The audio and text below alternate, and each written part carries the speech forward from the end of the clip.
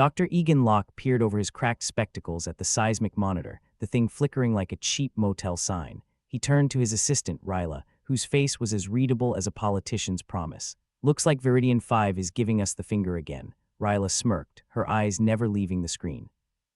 "Must have heard about last week's mining project." "Yes, well, if the planet had a Yelp page, we'd have a solid 1-star review by now," Locke muttered. He squinted at a particularly aggressive spike on the monitor. The ground beneath them grumbled in agreement, a low rumble that vibrated up through the soles of their boots. "You think it's trying to tell us something, apart from get off my lawn?" Ryla replied, raising an eyebrow. "Pretty sure it's saying, I hope you choke on your own arrogance." Locke chuckled darkly, leaning back in his chair, which creaked in protest. Horizon Deep was anything but luxurious. The research base was a patchwork of prefab structures, each one more decrepit than the last, like a junkyard's idea of modern architecture. Everything reeked of desperation and disinfectant. "We came all the way to the ass end of the galaxy to play nice with a planet that has all the charm of a jury summons," Locke mused, tapping a pen against his chin. "Remind me again why we're here," Ryla shrugged, flipping a switch to bring up data overlays. "Because humanity needs resources, and Earth's running out of things to pillage." "Ah yes, the all-Earth's no longer the blue marble, but more of a beige tennis ball routine," Locke said. "So now we're here, trying to cozy up to a sentient rock." Ryla leaned closer, scrutinizing the data. "Looks like it's more than just a rock. These seismic patterns are structured, almost like a language." "Great," Locke said with all the enthusiasm of a man facing a tax audit. "We've made first contact with a planet that's about as chatty as a brick wall." A klaxon blared through the base, the type of alarm that usually announced something catastrophic. Locke and Ryla exchanged a glance that said us, again, before rushing out to the main lab where the rest of the team was gathered. Dr. Hector Valdez, resident cynic and caffeine addict, was already there, wearing an expression that suggested something between "oh no" and "I told you so."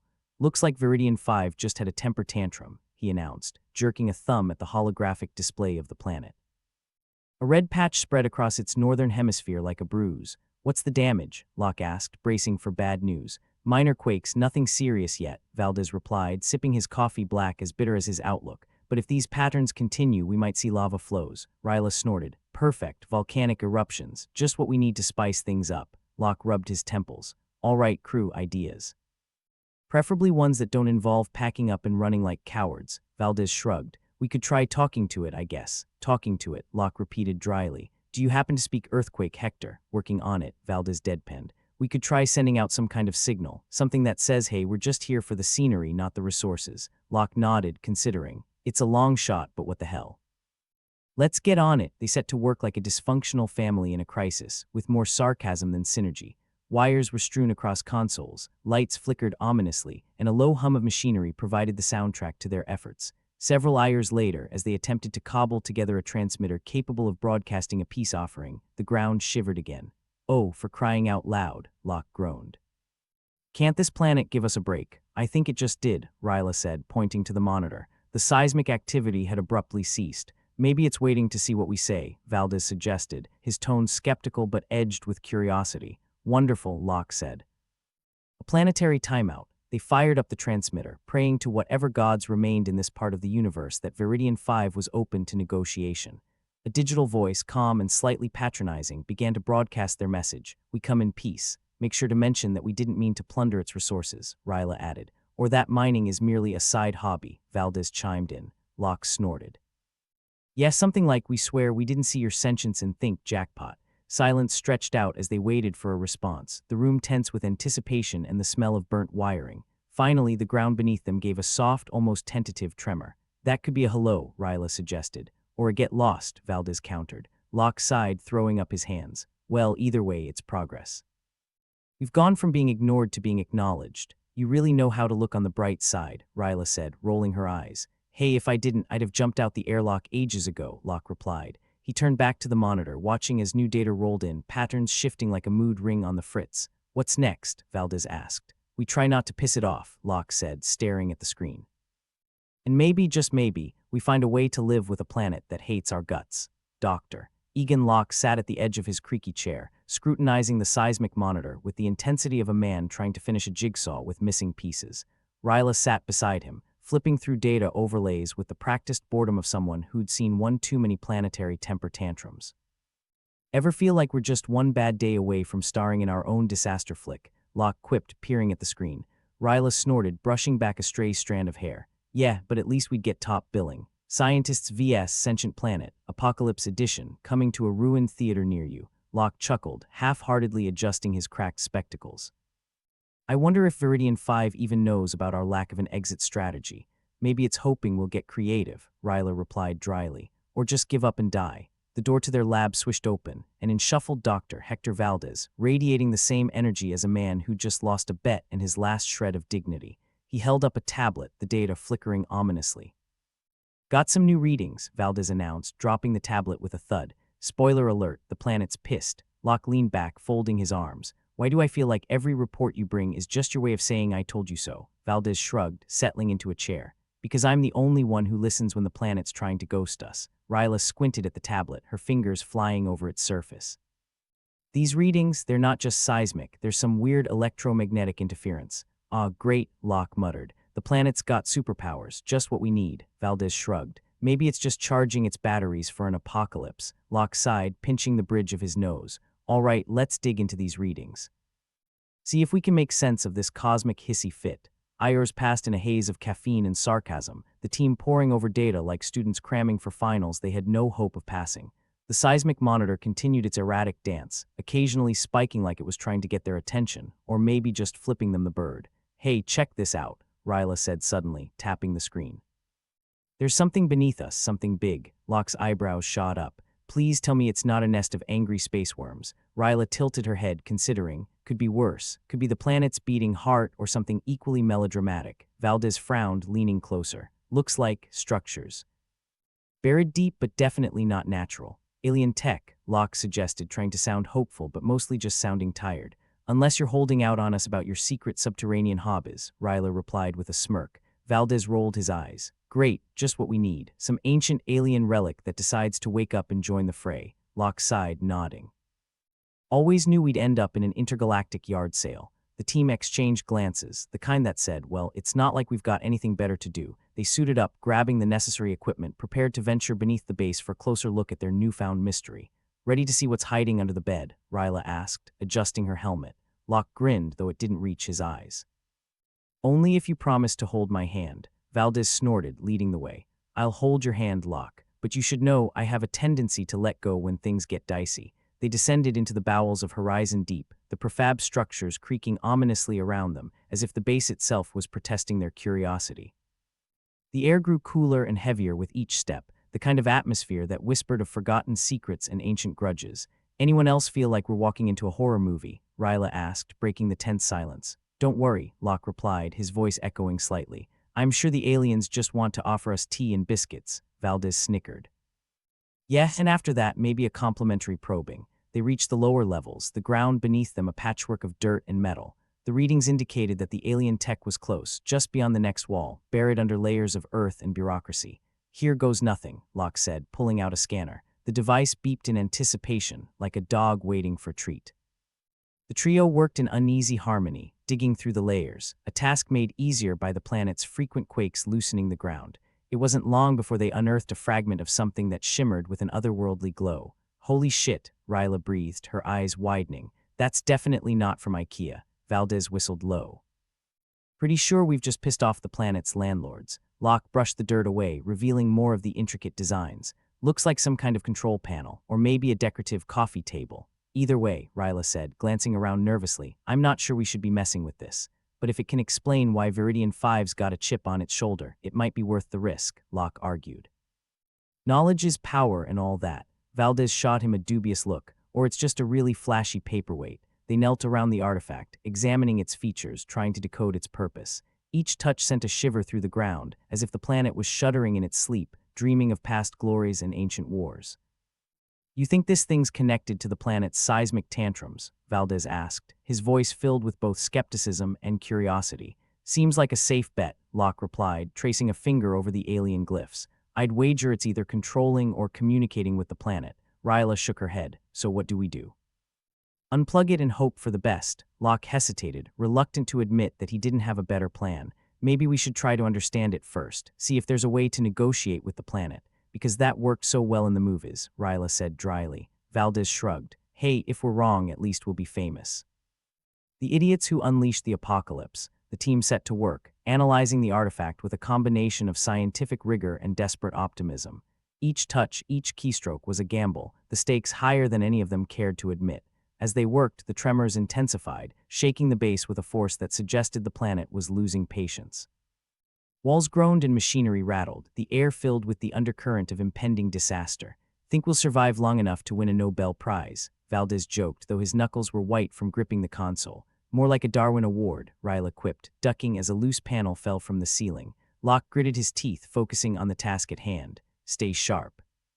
"We're getting close." They finally managed to activate a sequence on the panel, sending a pulse of light through the artifact. The tremors paused, and for a moment, the silence was as oppressive as the threat of imminent doom. "Did we just?" Ryla began, eyes wide with disbelief.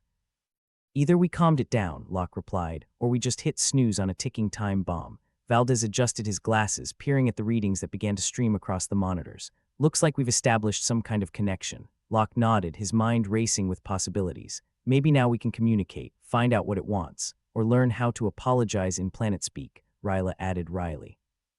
They engaged with the alien interface, their fingers dancing over the controls as if trying to play a piano with no sheet music and a blindfold. It was a language of pulses and lights, each interaction sending ripples through the ground, tentative and questioning. "We're in way over our heads," Valdez muttered, though there was a hint of excitement in his voice. "Wouldn't have it any other way," Locke replied, his smile grim and determined. The ground beneath them rumbled again, but this time it felt different, less of a threat and more of a response. The planet was listening, and maybe, just maybe, it was willing to talk. "All right, Viridian 5, Locke murmured, watching the lights dance across the console. "Let's see what you have to say." The team continued their work, ignorant of the passage of time, driven by the hope that they might unlock the secrets of Viridian 5 before it decided to bury them alongside its other forgotten artifacts. "So, what's the plan if this thing decides to throw a tantrum again?" Ryla asked, breaking the tense silence. "Run and hope it's not faster than us," Valdez suggested, only half joking. Locke shook his head, still focused on the alien script. "No, we keep trying, we learn, we adapt, we survive." "Optimistic, aren't you?" Ryla said with a raised brow. "Just realistic enough to know that quitting isn't an option," Locke replied, his voice steady amidst the chaos. As they worked, the tremors subsided, replaced by the hum of alien machinery awakening after eons of sleep. It was an uneasy truce, the team aware that their every move could tip the balance between salvation and oblivion. "Think we'll ever figure out how to get off this rock?" Valdez asked, his voice a mix of hope and resignation. "If we don't," Locke said, not looking up, "at least we'll have front-row seats to one hell of a show." With that, they continued their efforts, their future uncertain, their fate intertwined with that of a planet that had its own secrets and grudges. It was a gamble with no promise of reward, but one they were determined to see through to the bitter end. Locke stared at the alien console, feeling like a monkey trying to solve a Rubik's Cube with a fistful of bananas. The symbols blinked at him, each one a tiny middle finger as far as he was concerned. "Anything?" Ryla asked, peering over his shoulder like an annoying older sibling. "Yeah, lots of flashy lights." "I'm pretty sure it's the universal sign for screw you," Locke grumbled, pounding the console with the heel of his hand. The machine responded by emitting a low hum, as though it was either warming up or preparing for a particularly sarcastic retort. Valdez, lounging on a decrepit chair that looked more likely to collapse than support him, snorted. "For all we know, you're asking it to order a pizza, in which case I hope it likes extra cheese," Locke shot back, not missing a beat. Ryla sighed, rolling her eyes. "Maybe we should call in Vex for this. If anyone can sweet-talk an alien machine, it's him." Locke grimaced, knowing she was right but hating to admit it. Vex Rylan was as tech-savvy as they came, a walking glossary of every gadget, gizmo, and doodad in the galaxy. Of course, he was also the most insufferable tech nerd Locke had ever met, which was saying something considering his usual company. "Fine," Locke relented, shoving away from the console. "Go get him. But if he starts talking in binary, I'm leaving." Ryla smirked, already halfway to the comms. "Hey, whatever gets us off this rock faster." Vex arrived a few minutes later, all gangly limbs and an expression that screamed I was in the middle of something important, you twats. He adjusted his glasses, squinting at the console like it had personally offended him. "All right, let's see what we've got here," he said, cracking his knuckles. "You guys really know how to pick him, don't you?" Locke crossed his arms, leaning back against the wall. "Just hurry up and tell us if we should start writing our wills." Vex gave a flippant wave, already absorbed in the alien tech. "Relax, Locke. Worst case, we blow up. Best case, we blow up, but in a really interesting way." "Comforting," Valdez muttered, shifting in his precarious chair. Vex's fingers danced over the controls, moving with a speed and precision that made Locke wonder if he had a secret cybernetic hand implant. The console blinked and beeped at him, seemingly begrudgingly, like a stubborn car engine struggling to turn over. Okay, so, either this thing's a super advanced communications device or the galaxy's most complicated toaster, Vex commented, tapping his chin thoughtfully. Ryla rolled her eyes. We don't need toast, Vex. We need to figure out how to talk to the damn planet. Yeah, I'm working on it, Vex replied with a dismissive wave. Thing is, there's a weird AI system embedded in here, probably meant to protect whatever this tech is supposed to do. Protect it from what? Locke asked, his curiosity piqued despite himself. Us probably, Vex said with a grin that was all teeth, or maybe the planet itself. Either way, it's not happy we're poking around. Valdez glanced at Locke. So we're basically dealing with a grumpy digital bouncer. Seems like it, Locke replied, trying not to imagine the AI with a pair of mirrored sunglasses and a bad attitude. Vex continued his work, muttering under his breath, his fingers flying over the controls. The console responded with a series of chirps and whistles, like a particularly angry bird. Got it, Vex finally announced, straightening with a self-satisfied smirk. I think I've bypassed the main security protocols. Should be able to communicate with the planet now. Should, Ryla echoed, raising an eyebrow. Vex shrugged. Hey, I'm not a miracle worker. Just a guy with a knack for pissing off ancient technology. Yes, well, don't piss it off too much, Locke said, eyeing the console warily. Last thing we need is an AI throwing a tantrum. Too late for that, Vex replied with a wink, tapping a final sequence into the console. But don't worry, I made sure to keep the power lines open. In case we need to pull the plug. Before Locke could respond, the console lit up like a Christmas tree on steroids, lights flashing in a dizzying array of colors. The ground trembled beneath their feet, the bass groaning like an old man getting out of bed. I think we might have woken something up, Vex said, his cocky grin faltering just a bit. No shit, Ryla muttered, grabbing onto a nearby railing as the room shuddered around them. Locke gritted his teeth, feeling the vibrations in his bones. What the hell did you do, Vex? Vex held up his hands defensively. Nothing, just hit the green button. What kind of maniac puts a self-destruct on the green button? Murphy's Law, Valdez quipped, nearly toppling from his chair as another tremor shook the room. The lights on the console began to coalesce, forming a series of symbols that shifted and morphed too quickly for Locke to follow. The room thrummed with energy, the air thick with the promise of something big, maybe even something alive. All right, folks, we're officially in deep, Vex announced, his voice pitched somewhere between excitement and terror. Locke glared at him. Thanks for the update, Captain Obvious. Now what? Vex hesitated, his confidence wavering. Well, we could try to communicate, or we could run for our lives. Running sounds good, Ryla said, eyes wide as she watched the console pulse with light. But if we leave now, Valdez pointed out, we might miss our chance to find out what this thing wants. Yeah, and miss out on a potential Nobel Prize, Vex added, his enthusiasm returning. Or a Darwin Award if things go south. Locke weighed their options, his mind racing. Okay, Vex, try to initiate communication, but keep your finger on the kill switch. Roger that, Vex replied, all business now as he focused on the console. The ground shook again, less violently this time, as if the planet was settling, preparing to listen. The symbols on the console shifted, forming words in a language none of them recognized. Guys, Vex said, his voice uncharacteristically serious. I think it's trying to talk back. Locke leaned closer, squinting at the screen. What does it say? Vex shook his head. I have no idea, but whatever it is, it's not happy. The room shuddered, the machinery groaning in protest. An alarm blared from somewhere above them, a shrill cry of warning that set Locke's teeth on edge. Okay, I've had enough, Rylo announced, backing away from the console. It's time to bail. Locke hesitated, torn between his survival instinct and the tantalizing promise of answers, but another violent tremor made the decision for him. All right, let's move, he shouted, turning on his heel and making for the exit. The team scrambled to follow, the room shaking with every step. The base's systems flickered, lights dimming and sparking as the rogue AI fought back against their intrusion. They raced through the corridors, the walls closing in around them as though the planet itself was trying to swallow them whole. The air was thick with dust and ozone, the scent of an impending storm. Vex, kill the connection, Locke shouted over the chaos, glancing back to see if their tech savant was keeping up. Vex nodded, tapping furiously at his tablet as he ran. I'm trying, but this thing's got more defenses than a paranoid dictator. Just do it, Valdez urged, his voice tight with panic. With a final tap, Vex severed the connection, the console's lights flickering out like a dying star.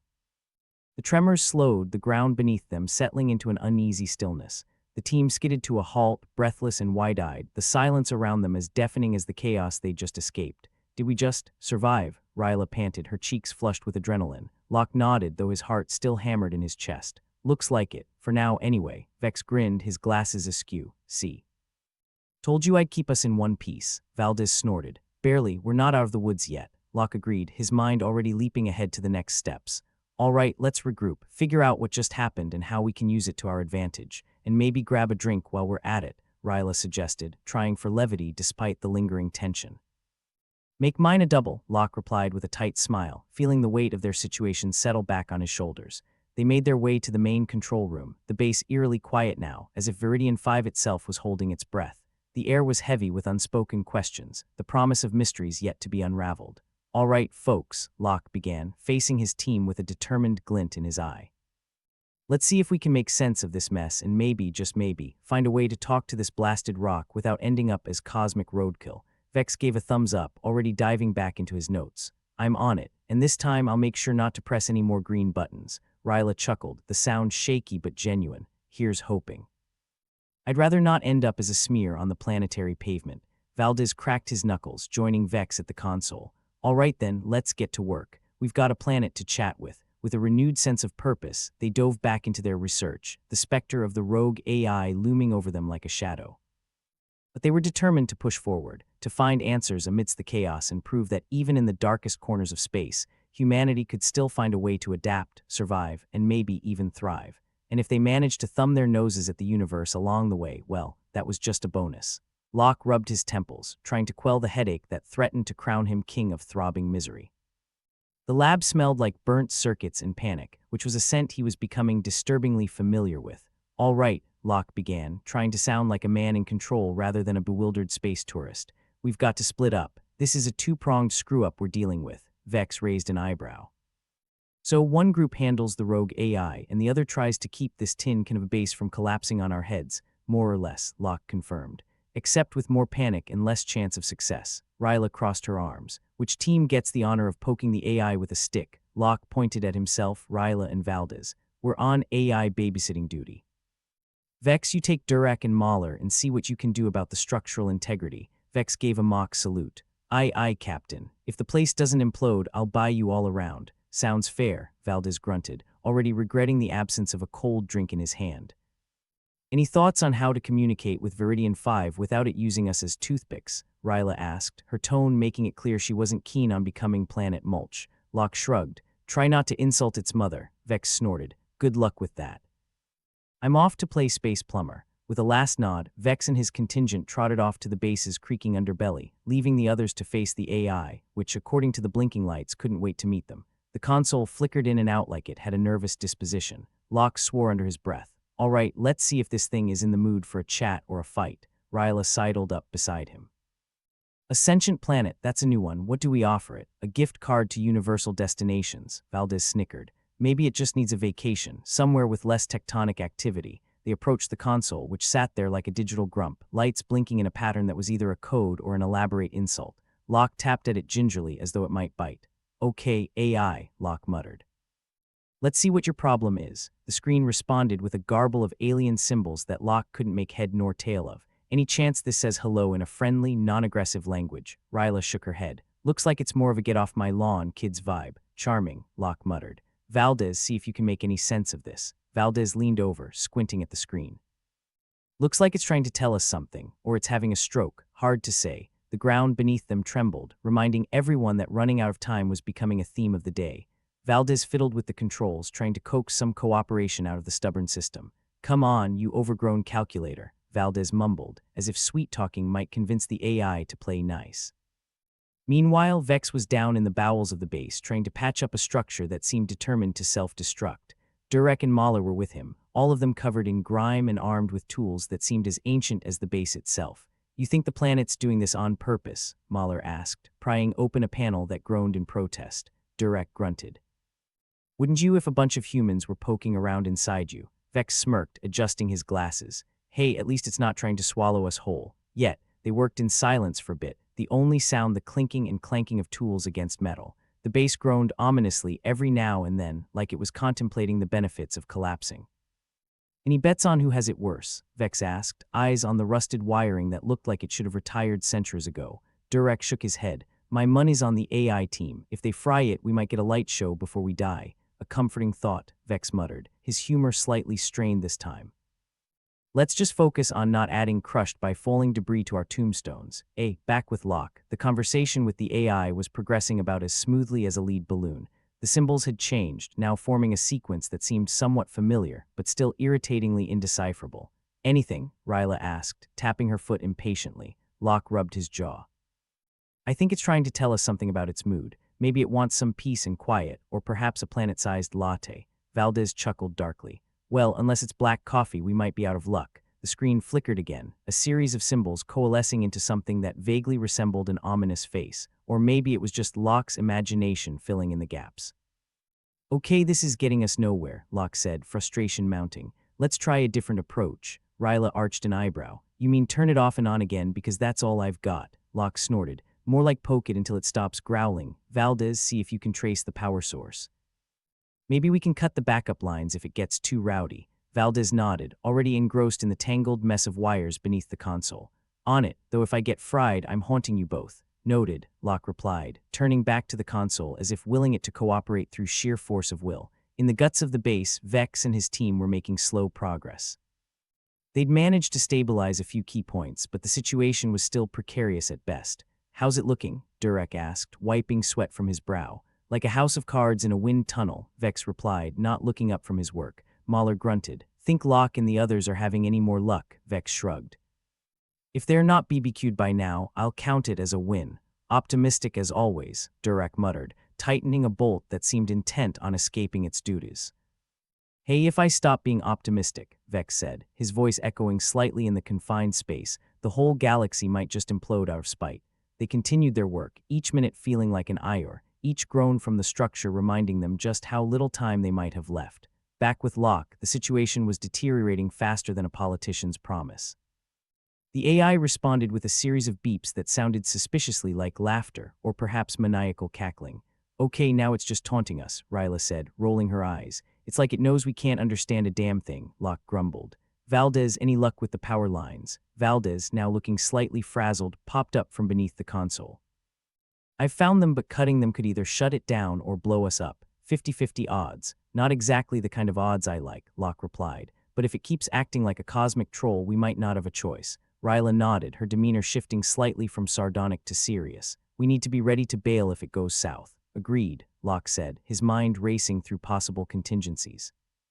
Not that they had many, but before they could make a decision, the console's display changed again. This time, the symbols aligned into something resembling a sentence. At least it looked like a sentence to Locke's desperate brain.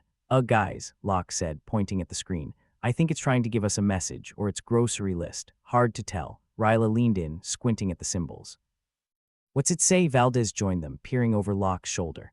Looks like, leave. The ground chose that moment to shiver violently, as if exclamation marks were a seismic phenomenon. Dust and debris rained down from above, a not-so-gentle reminder that Viridian 5 was not in a mood to negotiate. Okay, I'm convinced, Locke said, stepping back from the console. It's time we stop overstaying our welcome. Ryla nodded, already moving towards the door. About time. I was getting tired of this rock's hospitality. They vacated the lab with a speed that suggested they'd finally realized the planet wasn't inviting them to a tea party. Racing through the corridors, they felt each tremor in their bones, the ominous creaking of the base a constant reminder of its fragile state.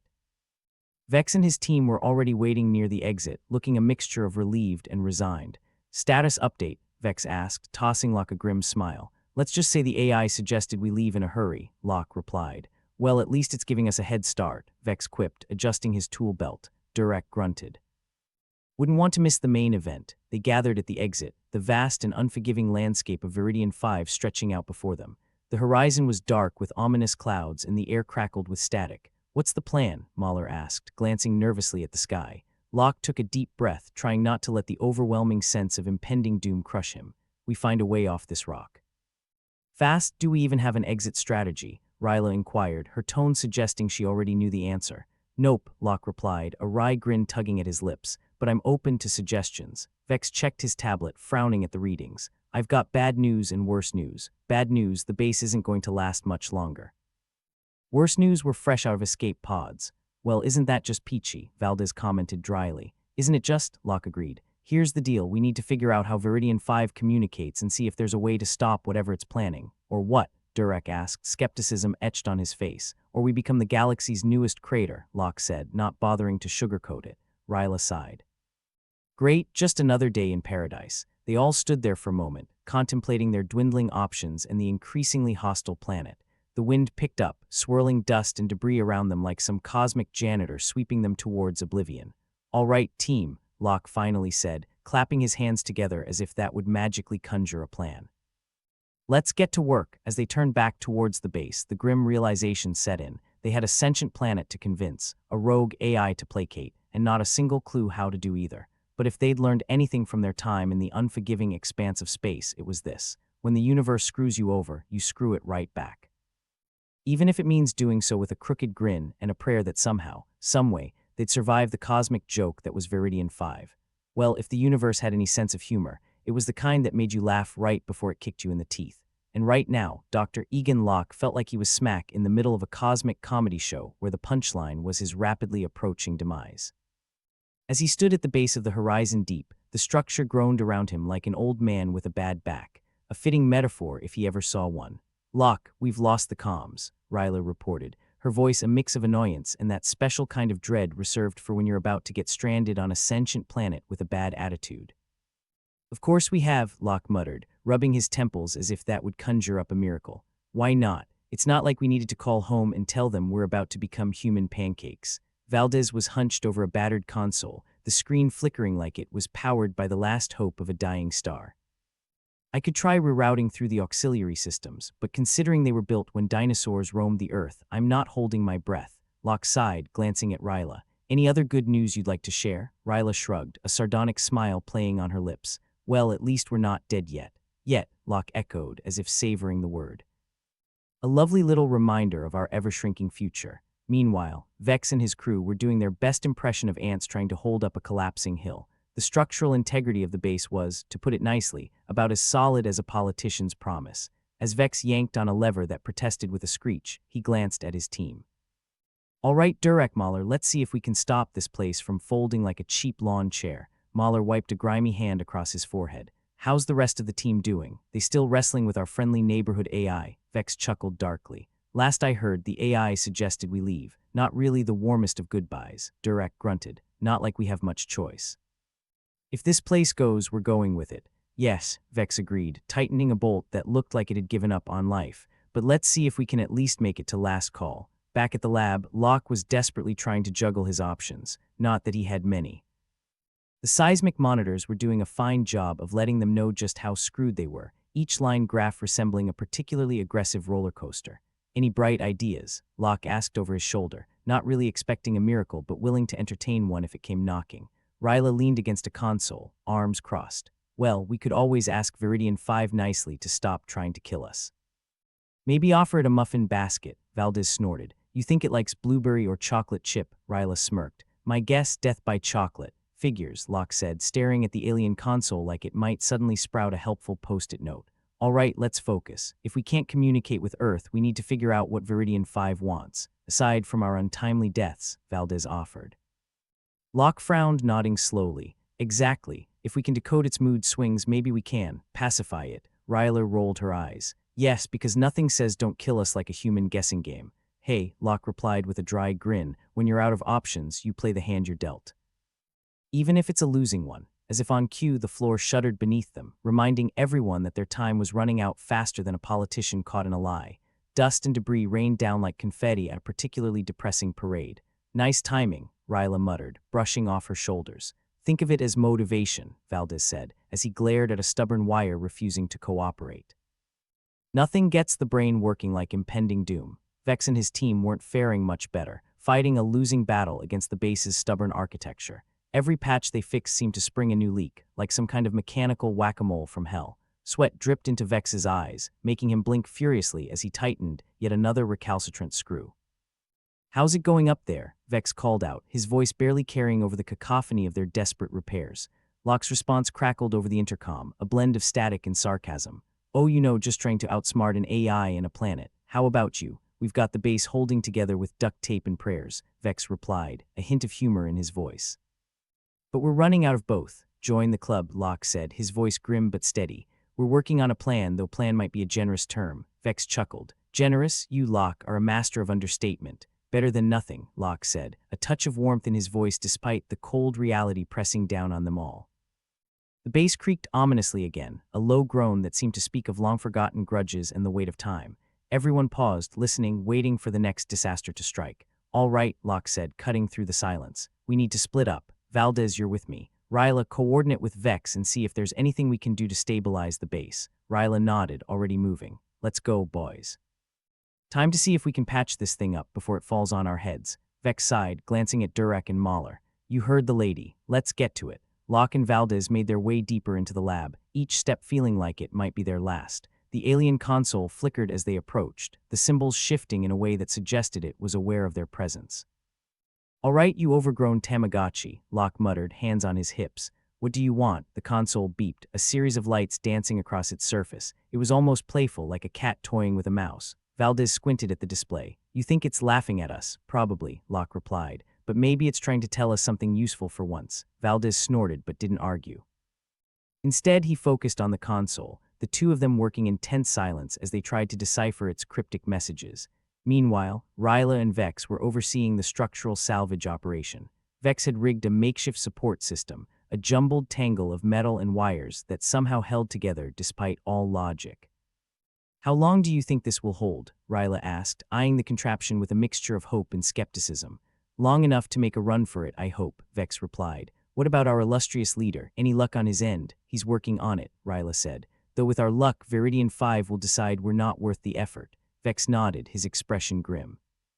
Yeah, well, if it comes to that, at least we can say we tried. Not exactly the epitaph I was hoping for, Ryla said dryly, but I'll take it over squashed by alien planet. Back in the lab, Locke and Valdez were making slow progress. The console's symbols flickered with a logic all their own, each pattern more bewildering than the last. But Locke was persistent, driven by a determination that bordered on madness.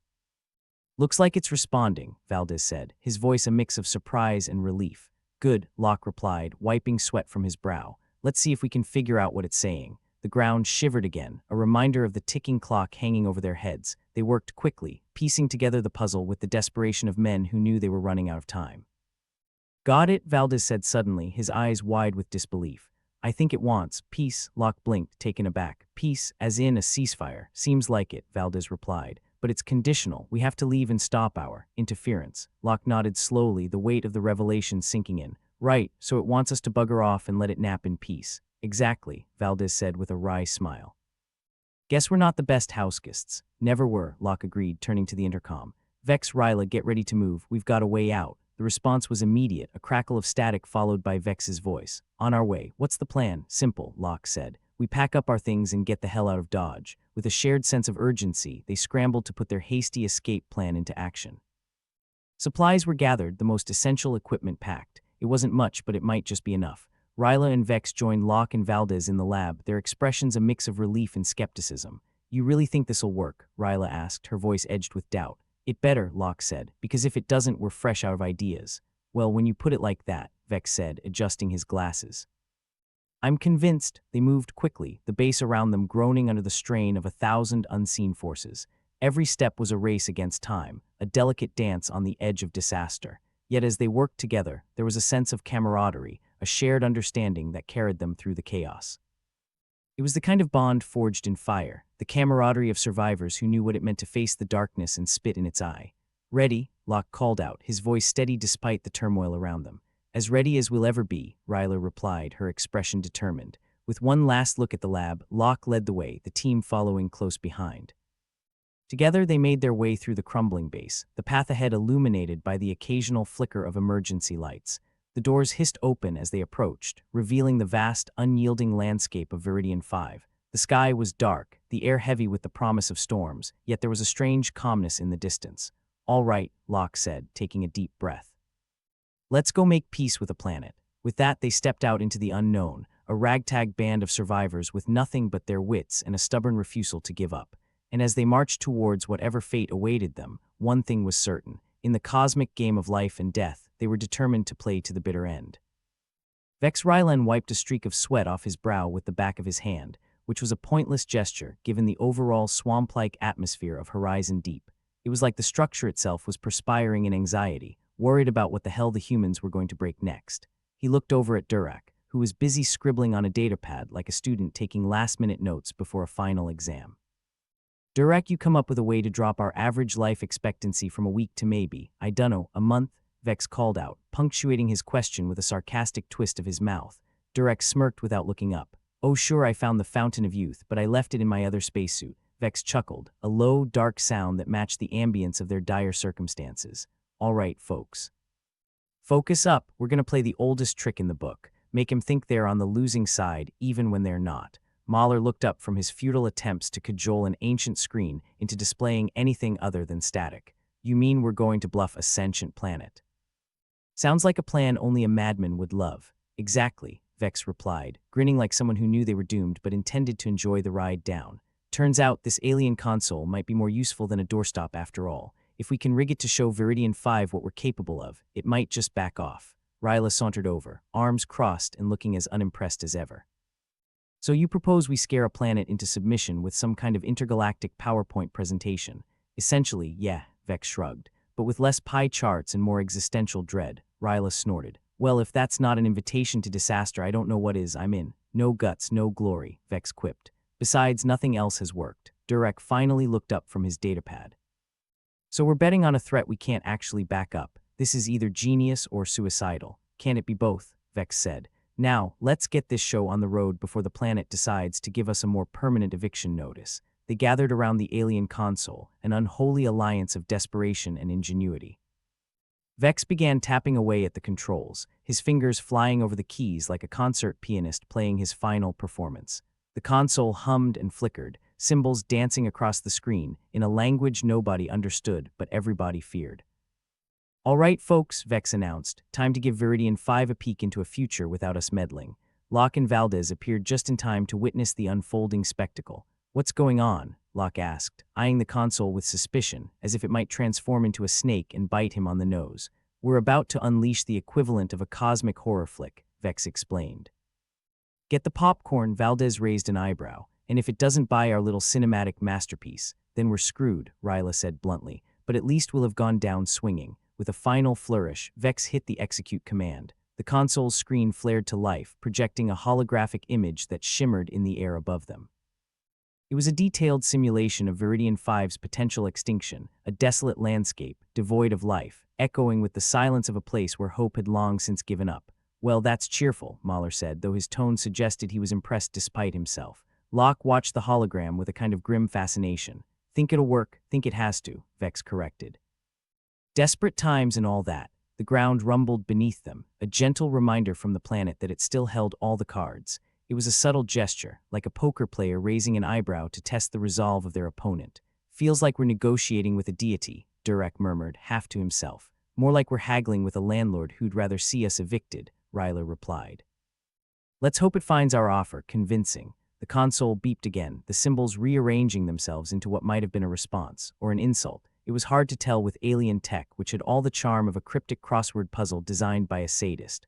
What's it saying? Locke asked, leaning in like a man trying to hear the punchline of a joke he didn't quite get.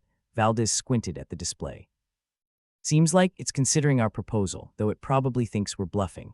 Smart planet, Vex said. It's not wrong. Problem is we have to make it believe the stakes are real. Great, Locke sighed. We need to convince a sentient rock we're more trouble than we're worth. The room fell silent, each member of the ragtag team lost in their thoughts, contemplating the weight of their predicament. It was like a cosmic joke without a punchline, and they were the unwilling participants, trapped in a drama they barely understood. All right, Locke said finally, breaking the silence. Let's see if we can up the ante, make it clear we're not just bluffing. And how do you suggest we do that? Ryla asked with an arched brow. Simple, Locke replied. We make it feel cornered. Like it has to choose between a truce and a total collapse. Vex nodded, understanding immediately. You're talking about a full-scale projection of potential destruction scenarios. Exactly, Locke said. Overwhelm it with possibilities of its own demise. Show it that a future without cooperation is bleak at best. You're assuming it values its own existence, Valdez pointed out. Fair assumption, Locke said. If it didn't care, we wouldn't be having this conversation. Vex cracked his knuckles, preparing for another round of interstellar improvisation. All right, let's see if we can turn this thing into a virtual doom simulator. With renewed determination, they worked together, feeding the console data and tweaking the parameters until the hologram expanded, depicting a series of apocalyptic visions that would give even the most hardened nihilist a moment of pause. As the imagery grew more vivid, the base itself seemed to respond, the floor beneath them vibrating with a low, ominous hum. It was as if the planet was reacting, its sentience stirred by the digital nightmares they had conjured. "Think it's working?" Ryla asked, her voice tinged with hope and fear in equal measure. "We'll know soon enough," Vex said, his eyes fixed on the display. "If it doesn't back down, we might just have to improvise our exit plan." "Story of our lives," Mahler said dryly. "Nothing like a plan gone wrong to get the adrenaline going." The hologram continued to cycle through its grim tableau, each scenario more desperate than the last. It was a masterpiece of doom, a symphony of despair that seemed to hang in the air, heavy with consequence. "All right," Locke said, his voice steady. "We've shown our hand, now we wait." They watched the display in silence, each heartbeat echoing in the stillness like the tick of a clock counting down to the end of the world. It was a waiting game, and nobody knew how long it would last. "Guess it's like they say," Vex murmured. "The only thing worse than a bad hand is no hand at all." The console chimed, drawing their attention. The symbols shifted, rearranging themselves into a new pattern. It was a response, a tentative agreement, a peace offering from a planet that had decided to play along, if only for the moment. "It worked," Valdez said, his voice tinged with disbelief. "Looks like it," Locke replied, relief washing over him like a breath of fresh air in a room filled with anxiety. "We might just have bought ourselves some time." "But how much?" Ryla asked, her skepticism unyielding as ever. "Enough to make our next move," Vex said. "We can't stay here, not like this. We need to find a way off this rock." Locke nodded, his mind already racing ahead. "Right. We need to secure our exit strategy before Viridian 5 changes its mind." "Let's not waste our miracle," Durack said, packing up the equipment with newfound urgency. They moved quickly, their previous tension replaced by a burst of frenetic energy. It was a small victory, but a victory nonetheless, and they intended to make the most of it. "The universe throws a bone, and we grab it with both hands," Ryla said, half smiling as she helped gather their gear. "Story of our lives," Vex said again, this time with a note of optimism. They left the console behind, its display still flickering with the remnants of their digital deception. It was a fragile piece, held together by the thinnest of threads, but it was enough to keep them moving forward. As they made their way through the base, the ground beneath them seemed calmer, the seismic activity reduced to a gentle murmur. It was as if Viridian 5 had decided to cooperate, at least for now. "All right," Locke said as they reached the outer doors. "Let's make like a tree and leave." "Never thought a planet's tantrum could be calmed with a few horror projections," Mahler mused. "Guess we found its soft spot," Valdez said, slinging a pack over his shoulder. "Fear of the unknown. Who would have thought?" Ryla added, shaking her head. "Even planets have nightmares." With a final nod, they stepped outside, the vast, barren landscape of Viridian 5 stretching out before them like a blank canvas. It was a new beginning, a chance to forge their own path, and for the first time in what felt like an eternity, they had hope. As they moved away from the base, the sky overhead began to clear, the clouds parting to reveal a glimpse of the stars beyond. It was a reminder of the vastness of the universe, the endless possibilities waiting just beyond their reach. "Where to now?" Vex asked, his voice carrying a note of excitement. "Anywhere but here," Locke replied, his gaze fixed on the horizon. "Let's see what this universe has to offer. Might as well give it a go before it decides to kill us again." And with that, they set off, a band of survivors in a galaxy that seemed determined to test their mettle at every turn. But they were ready, armed with nothing but their wits and a defiant sense of humor that refused to be silenced. After all, in the great cosmic comedy, sometimes laughter was the only weapon they had, and they intended to use it until the very end.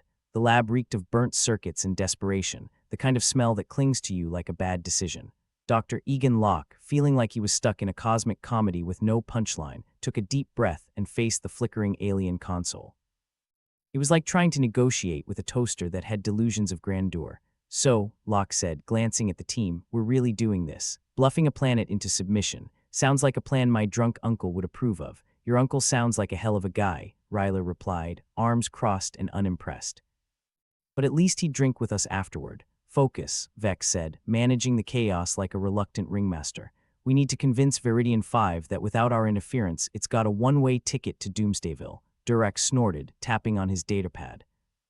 "It's like we're the universe's worst tenants, threatening to leave the landlord with a fixer-upper. Or it's a cosmic eviction notice," Valdez added, his skepticism as constant as gravity. "Only we're the ones doing the evicting. Try not to insult the planet while you're at it," Locke warned, recalling their earlier attempts at diplomacy that were about as successful as a fish on a treadmill. The battered console beeped, rearranging its symbols with the flair of a disinterested deity trying to feign interest in mortal squabbles. It was time for their digital scare tactics to make an impression. "Let's crank this horror show up to 11, Vex said, "and remind Viridian 5 what's at stake, namely, everything." As the holographic imagery intensified, Locke watched the apocalyptic visions unfold. It was a visual symphony of ruin, a grim reminder that even planets could meet their end. "Think it'll buy it?" he asked, half expecting the console to respond with a sarcastic quip. "If not," Mahler said with a shrug, "at least we'll go down as the most ambitious doomsday prophets in history. Something to put on the resume," Durek muttered, his sarcasm as sharp as ever. The console beeped again, the symbols shifting in a way that suggested contemplation, or maybe it was just laughing at their puny attempts at blackmail. Either way, something was happening. "Looks like it's thinking," Valdez observed, though his tone implied he'd trust a coin toss more. "Well," Locke said, "good things come to those who wait, or so the optimistic liars like to say," Ryla smirked. "Hope it doesn't decide to fast-track us to the afterlife while considering our offer." The room fell into a tense silence, each of them pretending not to hold their breath, waiting for a Sentient Rock's verdict. Finally, the console's display settled into a coherent pattern, one that any desperate soul could interpret as a peace offering. The planet, it seemed, was willing to negotiate, or at least play along. "It's responding," Valdez said, a hint of disbelief slipping into his voice. "Looks like we've got a tentative truce. More like a ceasefire," Vex corrected. "We bought time, nothing more. Viridian 5 could change its mind faster than a teenager with a credit card. We'll take what we can get," Locke said, feeling the weight of impending doom lift ever so slightly. "Now we just need to figure out our exit strategy before it decides we're more trouble than we're worth." "Great," Ryla muttered. "From cosmic bluffing to hasty retreat planning. What's next?" Interstellar charades. The team got to work, their previous despair replaced by a cautious optimism that felt almost alien. They packed up equipment with the urgency of people who'd just found out the bar was offering a happy hour. "We need a way off this rock," Locke said as they moved. "Suggestions?" Well, Durek piped up. "There's always the classic, wave down a passing alien Uber. Failing that, we could try to fix the comms." "Comms?" Vex asked, skepticism written all over his face like a bad tattoo. "Those things are as dead as disco." "Then we revive them," Locke said, "or at least give it a CPR good enough to get a distress signal off." "You think there's someone out there who gives a damn?" Mahler asked, fiddling with the ancient screen that seemed held together by sheer spite. "Either that or we find a new hobby," Locke replied. "Like collecting interstellar dust bunnies." With the console now dormant, its ominous glow fading, the team moved with renewed purpose, driven by the slim hope that the universe was still feeling generous. The ground beneath them had stopped its menacing rumble, as if Viridian 5 itself had taken a breath, uncertain of its next move. "Think we really scared it?" Ryla asked as they made their way toward the comms array, her voice betraying both doubt and curiosity.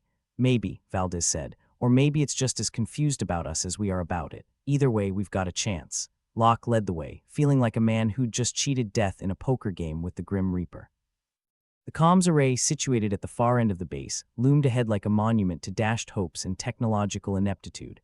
"Looks as reliable as a politician's promise," Vex remarked, eyeing the corroded structure with disdain. "At least it's not actively trying to kill us," Durek pointed out.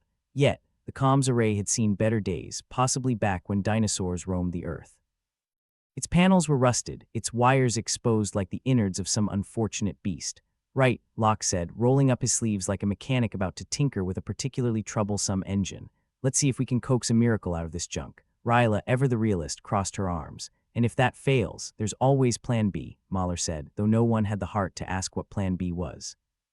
They all had their suspicions, and none of them involved a happy ending. Valdez got to work, his fingers flying over the controls with the practiced ease of a man used to making the impossible merely improbable. The console flickered, a stubborn mule reluctant to move, but it was a start. "Looks like it might spark to life," Valdez commented, though his tone was less hopeful and more resigned to the fact that this could end in a spectacular failure. "Or explode," Durek added helpfully. "But that's just a detail. Either way," Locke said, "we've got to try. Winning hand or bluff, it doesn't matter if we're not in the game." The team worked together, each playing their part in a symphony of desperation and ingenuity. It was a delicate dance, one misstep away from disaster, but somehow they managed to find a rhythm. As the comms console sputtered to life, a crackling chorus of static filled the room, a sound as alien as the planet they stood upon. It was hope wrapped in interference, but it was more than they'd had a moment before. "Can you get a signal out?" Vex asked, his voice laced with urgency. "Trying," Valdez replied, his focus unwavering. but it's like asking a brick wall to tap dance. Sounds like a challenge, Ryla said, her sarcasm a familiar comfort in the chaos. Finally, the static cleared, and a faint signal broke through the noise, a ghost of a connection, but a connection nonetheless. It was the universe's equivalent of a nod, a sign that maybe, just maybe, they weren't alone. Got something, Valdez announced, his eyes wide with disbelief. Can you boost it? Locke asked, his heart pounding with a mix of fear and exhilaration. Sure, if you've got a magic wand, Durack quipped, though his hands were already moving, making adjustments with a speed that suggested even he wanted to believe. With each tweak, the signal strengthened, until it was clear enough to send a message that might actually be heard. It was a thin line thrown into the abyss, but it was better than nothing. All right, Locke said, taking a deep breath.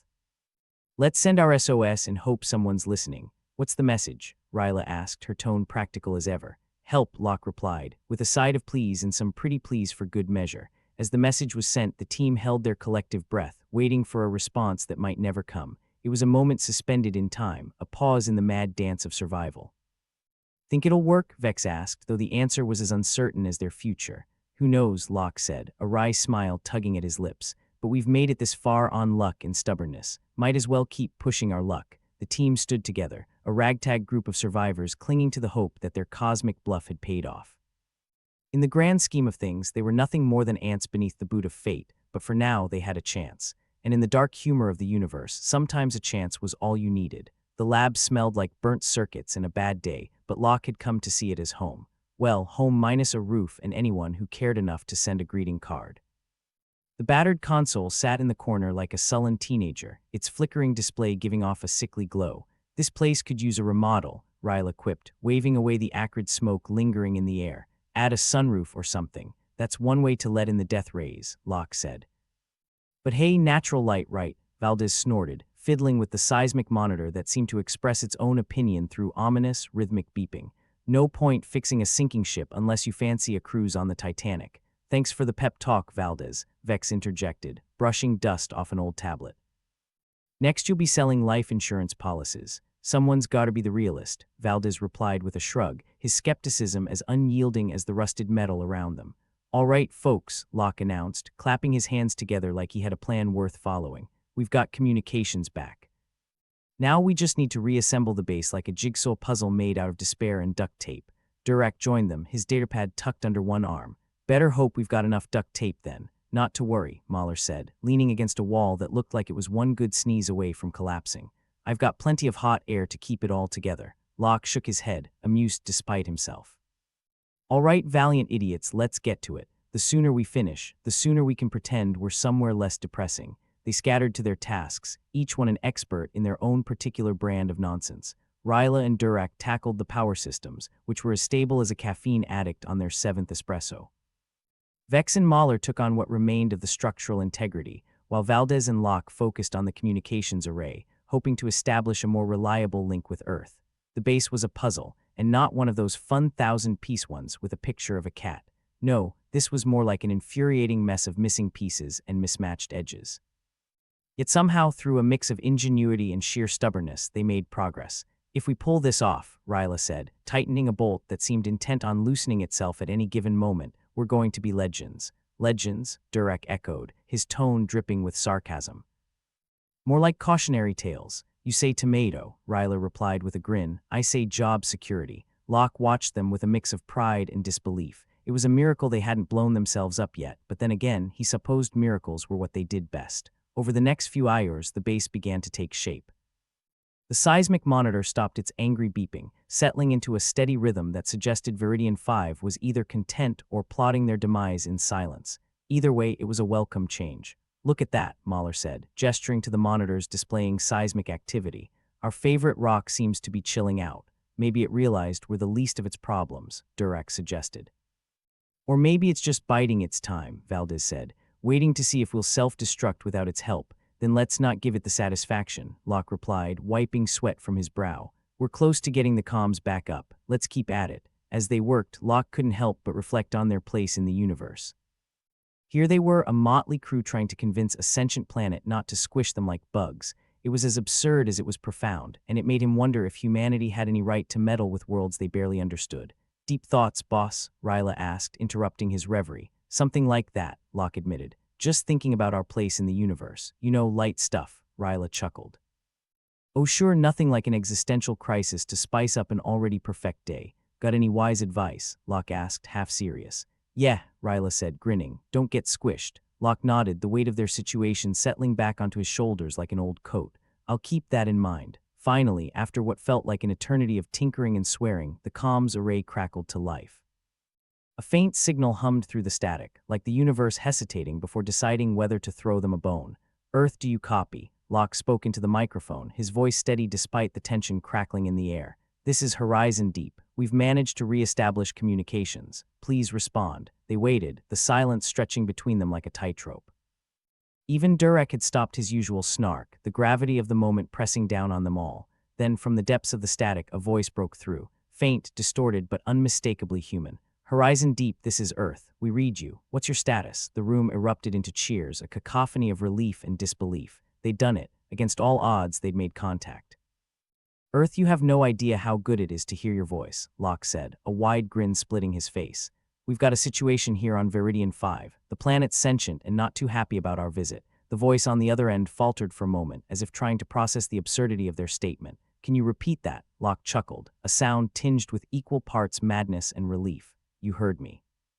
We've been negotiating with a planet, and we'd appreciate any advice you've got on how not to piss it off. There was a pause, then a burst of laughter crackled through the speakers. Well, Horizon Deep, you've got our attention. Let's work this out together. The rest of the conversation was a flurry of technical jargon, status updates, and shared strategies. For the first time in what felt like an eternity, the team found themselves not only surviving, but planning for a future that didn't end in a fiery explosion. As the day wore on and their connection with Earth grew stronger, Locke felt something he hadn't in a long time: hope. It was a fragile thing, easily crushed by the universe's cruel sense of humor, but it was there nonetheless. Think we're gonna make it? Ryla asked, falling into step beside him as they surveyed their handiwork. I think, Locke said, we've got a fighting chance, and that's more than we had yesterday. True, she agreed, her eyes scanning the patched-up equipment with something akin to pride. I guess we're not the worst tenants in the galaxy after all. Not yet, Locke corrected, a smirk tugging at his lips. But give us time. The base, once a monument to their desperation, now stood as a testament to their resilience. They'd come to Viridian 5 seeking resources, but what they'd found was a chance to redefine humanity's place in the cosmos. In the end, it wasn't just about survival. It was about coexistence and understanding, about realizing that even in the vast emptiness of space, there was room for more than just human ambition. As night fell over Horizon Deep, the team gathered together, their laughter echoing through the makeshift camp. It was a sound that defied the odds, a celebration of life in the face of cosmic indifference. So, Durek said, raising a canteen in a mock toast, to bluffing planets, fixing comms, and surviving another day. And to us, Mahler added, the most stubborn bloody survivors the universe has ever seen. Locke nodded, feeling a warmth spread through his chest that had nothing to do with the drink in his hand. To us, he echoed, and whatever comes next. In the end, they were just a group of humans on a distant planet, trying to find their way in a universe that didn't particularly care if they succeeded or failed. But for now, they had each other, and that was enough. As the stars twinkled overhead, Locke allowed himself a moment of peace, secure in the knowledge that whatever happened next, they'd face it together. And maybe, just maybe, they'd find a place among the stars where they truly belonged. After all, in the grand scheme of things, humanity was just starting to find its feet. And despite the universe's best efforts, they weren't going to let a little thing like sentient planets stand in their way. The future stretched out before them, full of unknowns and possibilities. But for the first time since they'd landed on Viridian 5, Locke found he was looking forward to it. And maybe, just maybe, the universe was too.